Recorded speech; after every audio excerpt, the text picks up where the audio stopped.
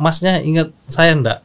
Dia bilang, saya enggak tahu siapa dokter, tapi saya kok ingat suaranya, katanya gitu. Begitu melihat ada korban, cuman satu yang saya pikirkan, bagaimana korban itu harus selamat apapun yang dipertaruhkan. Sekalipun nyawa saya sudah siap. Saya pikir sebagai dokter militer, yang mahal itu adalah bagaimana kita siap mati untuk orang lain.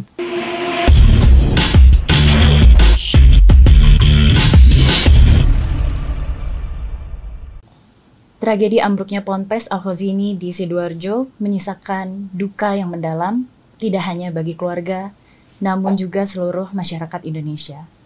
Dan salah satu momen yang memilukan yang terjadi pada salah satu korban atau santri yang bernama Nur Ahmad berusia 16 tahun harus mengalami amputasi di lokasi karena lengan kirinya terjepit atau terhimpit oleh reruntuhan.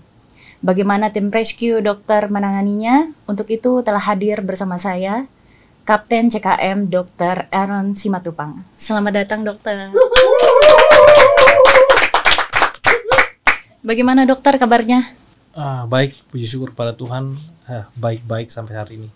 Baik dok, sebelum kita membahasnya lebih lanjut, mungkin berkenan untuk perkenalan secara singkat saja dok. Baiklah, sebelumnya saya Kapten CKM Dr. Aaron Franklin Suaduan Simatupang. Kepanjangan Mbak ya? Aaron Simatupang nggak masalah. Saya takut salah sebut, makanya tadi saya cuman Dr. Aaron Simatupang. Jadi bisa disingkat Aaron Simatupang. Saya lahir di Jayapura 29 Januari 1994. Saat ini saya berdinas di Pusat Kesehatan Angkatan Darat. Saya sebelumnya berdinas di Yonif Rider 323 Kostrat Buaya Putih, kemudian di Yonkes Batalion Kesehatan Yonkes 1 Divisi 1 Kostrat. Kemudian saya dapat rezeki untuk sekolah.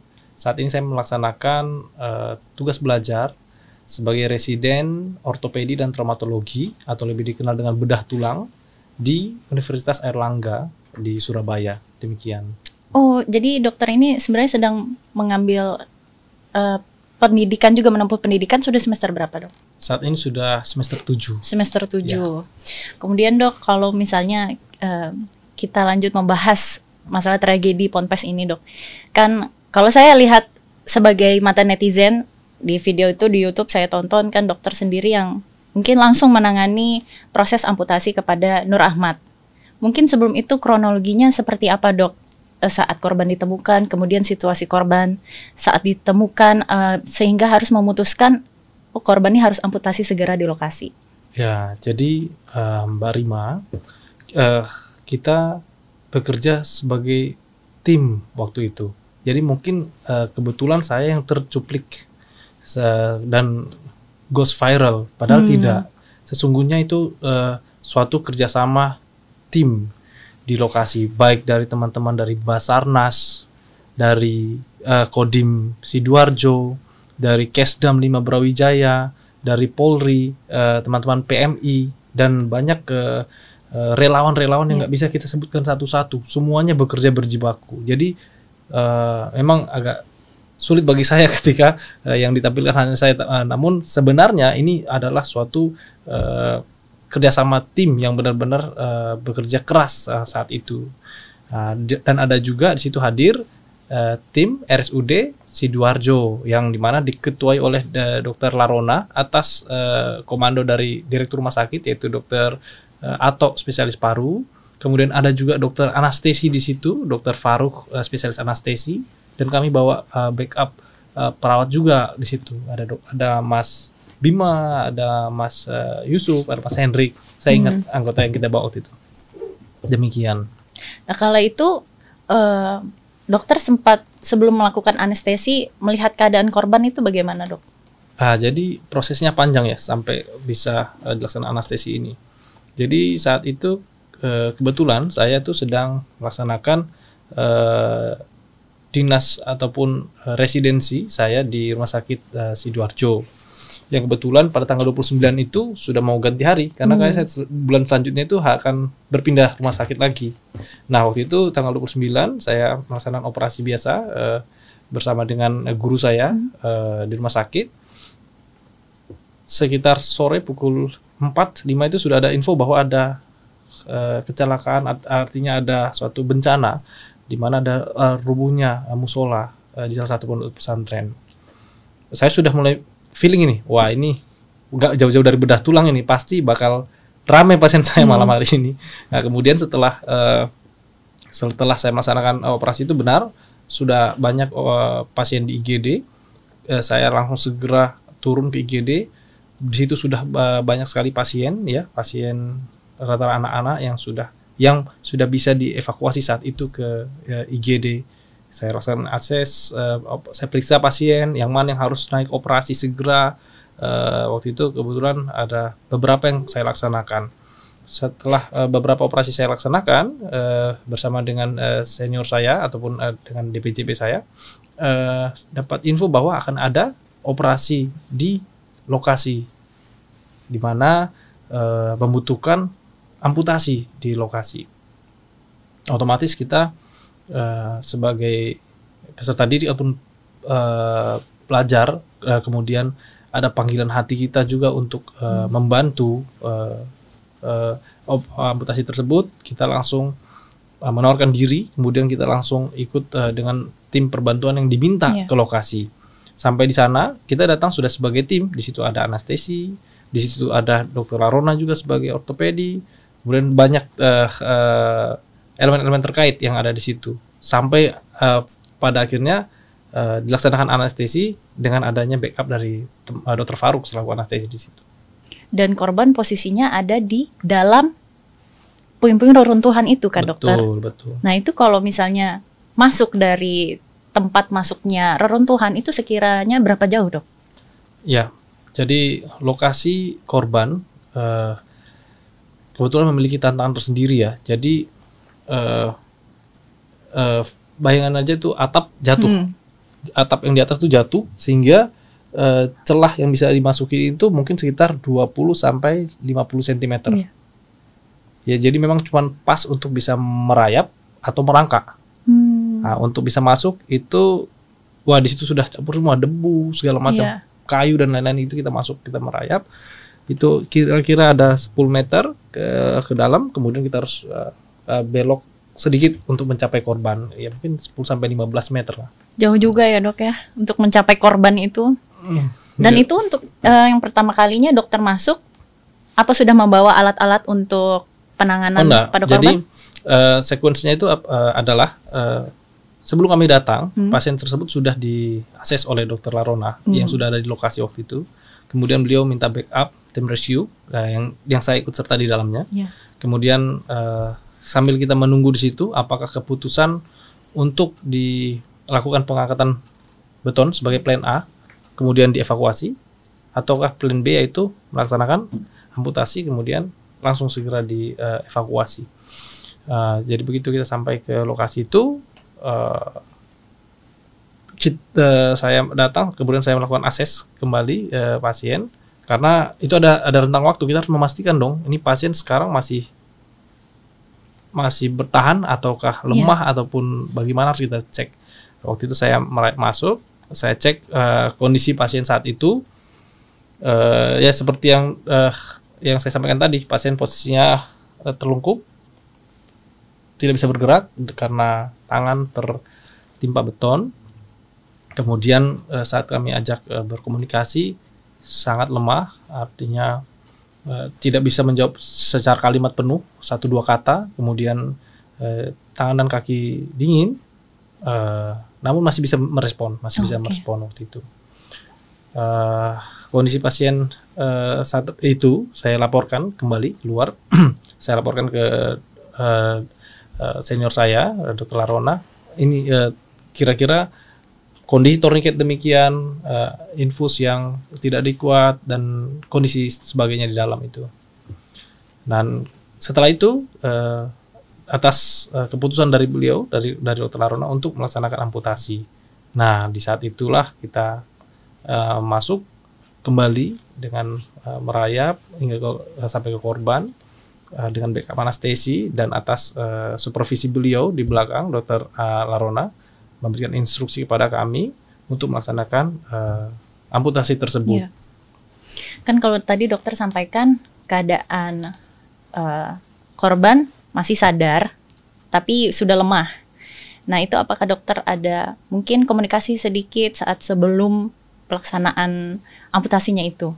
Iya, jadi Mbak Rima, jadi waktu saya ketemu dengan korban itu, setelah saya ajak bicara, saya sampaikan, sabar ya nak, semua bakal baik-baik saja. Saya sampaikan demikian. Anak itu merespon waktu itu, iya dok, katanya demikian. Jadi perbincangan itu saya coba menenangkan korban ini agar juga jangan terlalu banyak bergerak. Yeah. Karena semakin banyak bergerak, maka energi yang akan dibuang semakin besar, makin cepat capek, makin cepat lemah, dan bisa saja makin banyak darah yang keluar. Ya. Demikian. Kan kalau tadi dokter sampaikan dari ambruknya plafon itu kan hanya celahnya sedikit saja untuk masuk, hanya bisa merayap. Dengan ruangan yang sempit, penerangan sudah pasti terbatas ya dok. Itu mungkin pergerakan dokter juga terbatas ya. Itu bagaimana dokter bisa menangani korban sebaik mungkin gitu dok? Baik. Jadi kebetulan saat itu dari tim yang ada di situ yang berlatar belakang dokter militer adalah kami, yang dimana sebelumnya kami sudah dipersiapkan di Pusdikes dulu waktu kita pendidikan, waktu Sarcap ya, kita sudah dapat materi-materi pertolongan orang, bagaimana melaksanakan pertolongan orang dalam tembakan misalnya, kemudian dalam peperangan misalnya, bagaimana care under fire, bagaimana bila ada serangan ataupun tembakan kita, bagaimana kita meraih korban untuk segera merayap, kemudian mencari perlindungan, membawa korban ke tempat yang aman, memposisikan korban dan memberikan tembakan balasan seperti dan sebagainya. Jadi medan yang saya hadapi waktu itu, saya bayangkan ya sesuai dengan yang saya pernah pelajari, merayap. Bagaimana saya cara merayap yang dulu saya sudah pernah pelajari, ya saya praktekkan saat itu juga. Bagaimana cara saya untuk mencapai korban, untuk bisa approach dengan korban, memastikan korban, cara saya berkomunikasi dengan korban, menenangkan korban, ya sesuai dengan yang sudah pernah saya pelajari waktu itu di Pusat Pendidikan Kesehatan Angkatan Darat. Jadi latihannya di pusat pendidikan, prakteknya nggak nyangka ya dok, harus di bawah reruntuhan. Ya saya yakin ya dulu itu belajarnya suatu saat ini pasti akan terpakai, entah dimanapun penugasan saya itu pasti akan terpakai, dan kebetulan kemarin bisa teraplikasi nyata juga. Ya, karena dengan keadaan hanya bisa merayap kan pasti ada rasa-rasa takut, mungkin salah bergerak itu kan bisa fatal ya dok, mungkin. Betul. Bisa makin ambruk lagi, karena itu terjadi setelah berapa jam bangunan rubuh dok? Betul tadi, jadi dulu kalau saya masih ingat materi merayap itu kalau pantatnya agak naik itu langsung dicambukin sama pelatih tuh. Ternyata ada gunanya gitu. Ya dok, ada maksud dan tujuannya. Ada tujuan untuk memastikan kita aman juga. Ternyata semua itu ada maknanya gitu. Ya. Jadi kalau kita merayap dulu agak sedikit nungging langsung di pecut. Betul. Yang kedua tadi pertanyaan apa tadi? Kalau salah bergerak kan mungkin bisa rubuh, apalagi tadi sudah saat kondisi masuk itu berapa lama dari waktu rubuhnya itu, sudah berapa jam? Ya, jadi terinformasi saat rokaat kedua jam asar itu rubuh ya mungkin kira-kira sampai jam 9 malam mungkin. Jadi dokter masuk ke sana malam, sudah malam ya? Sudah malam, ya. Jadi sampai ke kejadian itu sudah berjam-jam itu terjadi. 5-6 jam sudah terjadi. 5-6 jam sudah terjadi. Oke. Dan saat pelaksanaan itu kira-kira dokter berapa lama menanganinya sampai tangannya benar-benar putus gitu ya? Jadi penanganannya yang jelas begitu sudah keputusan plan B diambil, saya merayap masuk ke dalam, kemudian mencapai korban dengan membawa peralatan yang sudah dipersiapkan, instrumen bedah yang sudah disiapkan. Kira-kira paling lama 10 menit kurang lah saya laksanakan tindakan tersebut. Kemudian dokter anestesi waktu itu mundur, dokter Faruk mundur, dokter Laruna juga ikut mundur di belakang. Saya sambil menggeret korban. Nah ini materi pertolongan orang juga nih. Jadi waktu itu saya bawa pasien sambil, karena kita nggak bisa langsung membalikkan pasien saat itu. Jadi sambil kita geret ke belakang, sambil rayapan mundur. Kemudian sampai di tempat yang ada sedikit celah, di situ langsung kita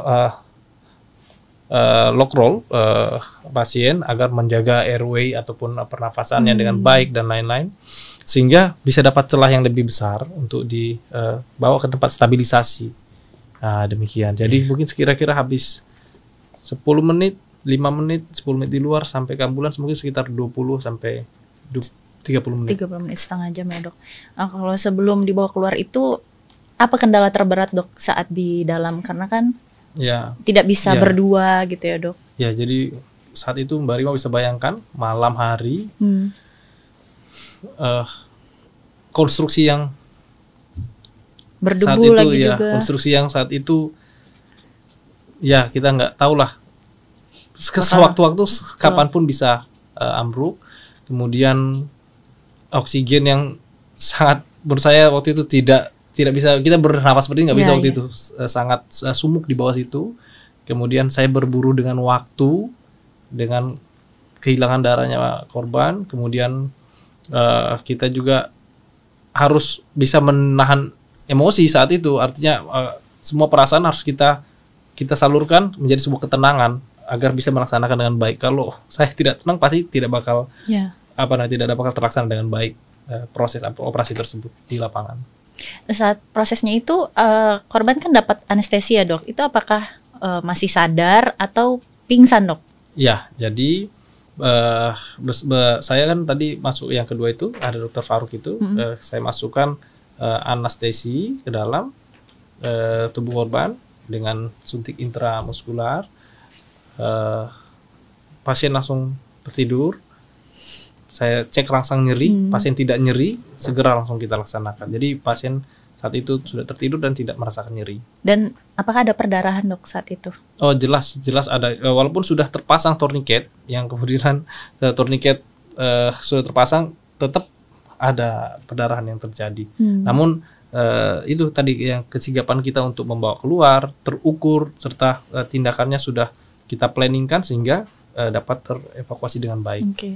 Tadi kan dokter juga sampaikan 10 menit sekiranya dalam prosesnya itu amputasi. Apa mungkin di sela-sela dokter mengerjakan itu ada pikiran apa dokter mungkin? Wah, deg-degan atau dokter mungkin nangis gitu? Oke. Jadi jelas sedih, tegang di malam itu, pasti ada perasaan itu pasti ada. Namun kita sebagai sarjan atau dokter bedah itu sudah dididik di tempat untuk memiliki yang pertama lion's heart, harus punya hati singa, kemudian eagle eye, mata elang, kemudian ladies hand. Ini ada doktrin seorang dokter bedah harusnya, artinya kita bekerja harus memiliki hati yang kuat, harus memiliki mata yang cermat dan ladies hand, artinya tangan kita harus piawai melaksanakan ataupun mengerjakan suatu operasi. Jadi kita nggak bisa gerak-gerak, nggak bakal bagus hasilnya itu. Nah, jadi ini yang sudah ditanam lambat laun mengakar pada kita saat melaksanakan tugas. Jujur, perasaan sedih pasti ada. Bisa membayangkan itu adalah anak kita. Rasanya wah mau menangis rasanya. Rasanya sedih sekali. Apalagi ini ya bisa dibayangin, ini santri yang datang mau belajar, mau menuntut ilmu. Jauh dari orang tua. Di kegelapan berjam-jam dengan menahan nyeri, itu kan pasti kita merasakan nyeri, perasaan sedih yang amat sangat. Namun itu harus kita singkirkan perasaan-perasaan tersebut. Makanya saya bilang tadi, lion's heart, harus kita memiliki hati seperti singa tadi. Dan dokter juga sebenarnya mungkin sudah antara siap nggak siap ya dok, kalau seandainya saat proses itu bangunan semakin jadi runtuh. Saat pelaksanaan itu juga ya kita sudah siap apapun yang terjadi. Jadi saat saya melaksanakan hal itu, satu di pikiran saya, apabila sesuatu terjadi, apabila ini harus runtuh, saya sudah siap. Saya sudah siap harus selesai malam itu, saya sudah siap. Artinya saya masuk, saya harus keluar bersama korban. Kalaupun saya tidak keluar, saya akan selesai bersama korban. Saya sudah siap apapun menjadi resikonya. Berat juga ya kalau istri dengar, anak dengar. Enggak, karena ayahnya berjuang di medan, bukan perang. Mungkin ya kan? Kalau di rumah ya mungkin saya milik istri, tapi begitu saya pakai loreng ini saya punya negara. Ini Betul. apapun yang terjadi sudah saya serahkan untuk negara. Kemudian kan tadi korban terakhir udah dievakuasi keluar. Setelah itu apakah ada penanganan lanjutan, Dok, atau langsung segera dibawa ke rumah sakit? Ya, begitu kita dapat space di luar, langsung dilakukan stabilisasi yang saya bilang tadi, ada 10 menit di luar stabilisasi. Pasang IV line double dipasang kiri kanan infus, kemudian stabil, langsung dibawa ke ambulans, kemudian langsung dibawa ke rumah sakit untuk dilakukan stabilisasi berlanjut, langsung dioperasi juga malam hari itu untuk penutupan bersama dengan Dr. Larona selaku supervisi saya. Oke, jadi untuk saat ini korban kondisinya seperti apa, Dok? Ya, jadi begitu selesai operasi turun ke ICU hari itu, paginya kami lihat pasiennya sadar. Pertanyaan saya waktu itu adalah, masnya ingat saya enggak? Dia bilang, saya enggak tahu siapa dokter, tapi saya kok ingat suaranya, katanya gitu. Ternyata si Nur Ahmad ini ingat suara saya. Saya bilang, apa yang kamu ingat Ahmad waktu itu? Saya ingat dokter suruh saya tenang. Saya ingat dokter bilang jangan banyak bergerak. Saya ingat waktu itu dokter bilang saya sedikit ya, saya suntik nanti sedikit sakit boleh tidur. Habis itu saya lupa semua dokter gitu. Sampai waktu hari itu selesai beliau Nur Ahmad bangun, dia langsung pegang tangan saya, ya kita pelukan waktu itu. Nah, setelah operasi di rumah sakit kan sudah penutupan, terus tadi pasien sudah sadar juga. Apa perasaan dokter melihat keadaan Nur?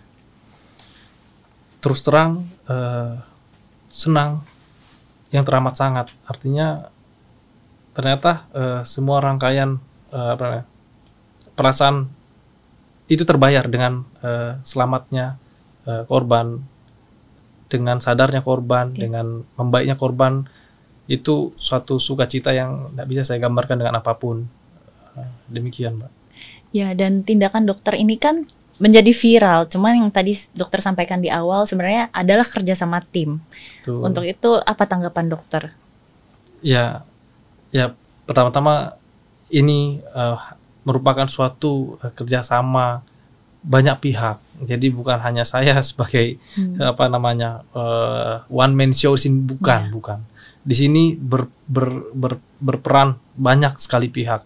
Di mana ada Basarnas, teman-teman dari Kodim, dari Kesdam, dari RS Notopuro, mulai dari dokter spesialis sampai dokter perawat-perawatnya semua berperan di situ. Relawan yang jaga kelancaran arus ambulans. Jadi itu semuanya terlibat. Jadi sebenarnya menurut saya ya itu tanggapan netizen ya, artinya viral itu kan itu yang dilihat oleh netizen. Tapi apa yang mungkin tidak terlihat itu semuanya di sana adalah pahlawan menurut saya. Dan dengan kejadian tersebut sebagai dokter militer mungkin apa makna yang bisa dokter ambil? Ya, sebagai dokter militer kami merasa bangga sebagai dokter dan bisa bisa menggunakan seragam ini. Artinya ini bukan hanya seragam. Kebetulan waktu itu kalau bisa dilihat di video tersebut saya nggak pakai loreng, tapi jiwa dan raga itu sudah melekat. Jadi loreng itu sudah merasuk ke dalam badan ini. Begitu melihat ada korban, cuman satu yang saya pikirkan, bagaimana korban itu harus selamat apapun yang dipertaruhkan. Sekalipun nyawa saya sudah siap. Artinya saya bukan hanya hadir sebagai dokter, tapi jiwa untuk itu harus selamat, nggak ada cerita selain itu harus selamat gitu. Kalaupun kamu tidak selamat, saya siap untuk mati bersama dengan orang itu gitu. Saya pikir sebagai dokter militer yang mahal itu adalah bagaimana kita siap mati untuk orang lain. Demikian. Karena itu semua balik lagi dari hati, panggilan kemanusiaannya, Dok ya. Apalagi mengingat apabila bagaimana kalau itu keluarga kita sendiri. Betul. Atau kita yang bahkan mungkin ada di kita yang mengalami sendiri kejadian tersebut. Baik Dok, terakhir apa yang mungkin dokter ingin sampaikan? Oke, baik. Pertama-tama kami mau mengucapkan turut berduka dan perasaan yang sedih sebesar-besarnya untuk keluarga korban, kemudian korban, yang baik dalam fase penyembuhan saat ini sudah tertolong maupun yang belum berhasil diselamatkan. Kami menyampaikan rasa sedih yang mendalam dengan kejadian ini, serta kami juga ingin berterima kasih atas semua peran elemen dari pemerintah maupun aparat yang bekerja di dalamnya, teman-teman dari Basarnas, teman-teman dari Kodim Sidoarjo, dari Kesdam Brawijaya, dari Polri, dari relawan yang ada di lokasi yang bekerja 24 jam berkeringat di sana di lokasi. Kami berterima kasih. Semoga Tuhan yang membalas, semoga Tuhan yang memberikan rizki bagi setiap yang terlibat di dalamnya. Demikian. Nah, Dok, kalau tadi kan dokter di awal menyampaikan kalau dokter dapat panggilan darurat sore hari, dan itu kan terus berjalan sampai malam. Itu pulang ke rumah pukul berapa, Dok? Ya, jadi dari sore itu Mbak Rima, saya selesai melaksanakan operasi jadwal elektif atau jadwal yang sudah ada itu sekitar pukul 3.4. Biasanya setelah itu saya mengerjakan yang sito atau yang gawat darurat. Nah, itu sudah dapat info bahwa ada kejadian musibah ini. Itu saya langsung mengabari keluarga saya. Artinya saya mengabari istri saya bahwa ini ada musolah yang rubuh, demikian. Biar istri tahu bahwa saya tuh tidak bisa langsung balik pulang ke rumah. Saya melaksanakan beberapa operasi, kemudian ternyata sampai malam belum bisa pulang. Saya kabarin lagi bahwa akan ada melaksanakan operasi darurat langsung on-site ataupun langsung di lokasi. Itu sampai subuh kira-kira jam 3, jam setengah 4 itu, demikian. Baru kembali rumah. Ke rumah kami. Nah, saat kembali langsung bertemu sama istri. Bagaimana? Iya, kebetulan sudah tidur waktu itu, istrinya sudah tidur. Jadi saya cuma bisa melepas baju dan celana saya itu saya taruh di tempat baju kotor. Kemudian ya seperti biasa pagi saya sudah lihat pasien lagi, kemudian melaksanakan ke pelayanan saya di tanggal 30 itu. Tahu-tahu dapat telepon dari istri. Ini saya cuci baju mesti isinya kotor dengan darah gitu. Ya saya jelaskan semuanya. Detail yang terjadi malam hari itu, demikian. Selain bertanya kenapa ini bajunya penuh dengan kotor dengan darah, apalagi kata-kata yang disampaikan istri mungkin? Ya pastinya kaget ya, pastinya kaget. Namun ya istri saya selalu bersyukur. Kita biasanya langsung kita berdoa bareng, kita puji syukur kepada Tuhan kita bisa diberikan keselamatan. Dan istri juga cerita ternyata malam itu sama anak saya tuh ya mereka agak sulit tidur waktu malam itu sebelum mereka bisa tertidur. Tapi mereka ya berdoa. Ternyata malam itu emang ada kejadian itu. Nah, terus terakhir Dok, mungkin pas tahu nih setelah kejadian itu sudah berlalu, muncullah viral nih di mana-mana dibahas. Apa tanggapan keluarga dokter? Ya, pada awalnya kan saya tuh hampir selalu ya cerita keseharian saya ke istri saya. Cuman di waktu hari itu tidak expect istrinya bahwa kejadian malam itu semengerikan itu, sedramatik itu malam hari itu, dan ternyata mengundang atensi banyak orang. Ya sebagai istri dia bangga sama kami selaku kepala keluarganya bisa gitu juga ternyata gitu. Dan itu nanti mungkin di masa depan, dokter sebelumnya udah punya anak? Sudah punya 1 perempuan. Itu nanti akan ditonton oleh anak dokter. Cuplikan ayahnya sedang beroperasi di lapangan. Ya, baru jadi legasi yang baik untuk generasi selanjutnya.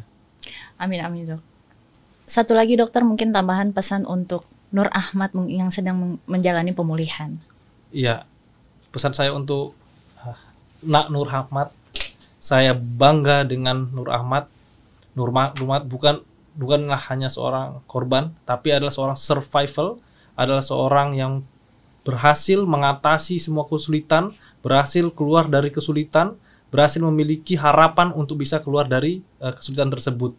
Saya bangga, saya berdoa semoga Nur Ahmad segera pulih dari penyembuhan saat ini dan segera bisa belajar, bisa kemudian menjadi orang yang sukses, jadi orang yang berhasil. Demikian. Baik, terima kasih dokter sekali lagi sudah hadir di Kartika Podcast. Terima kasih sudah berbagi kisah yang mungkin bisa menjadi inspirasi bagi yang lainnya, terutama untuk dokter-dokter militer di Angkatan Darat. Dan kita juga doakan bersama para korban yang selamat itu lekas pulih ya dok. Semoga dokter juga sehat-sehat beserta dengan rekan-rekan yang lainnya. Baik, untuk semua penonton setia Kartika Podcast TNI Angkatan Darat, semoga kita semua selalu diberikan kesehatan dan keselamatan dimanapun kita berada. Kami semua bangga dengan perjuangan, waktu, dan segala jeripayah yang sudah dikerahkan oleh seluruh tim penyelamat. Kalian hebat, dan segala kebaikan yang kita lakukan tentu akan kita tuai di kemudian hari. Baik akan kembali ke diri kita sendiri maupun ke anak cucu kita nanti. Sampai jumpa di episode lainnya.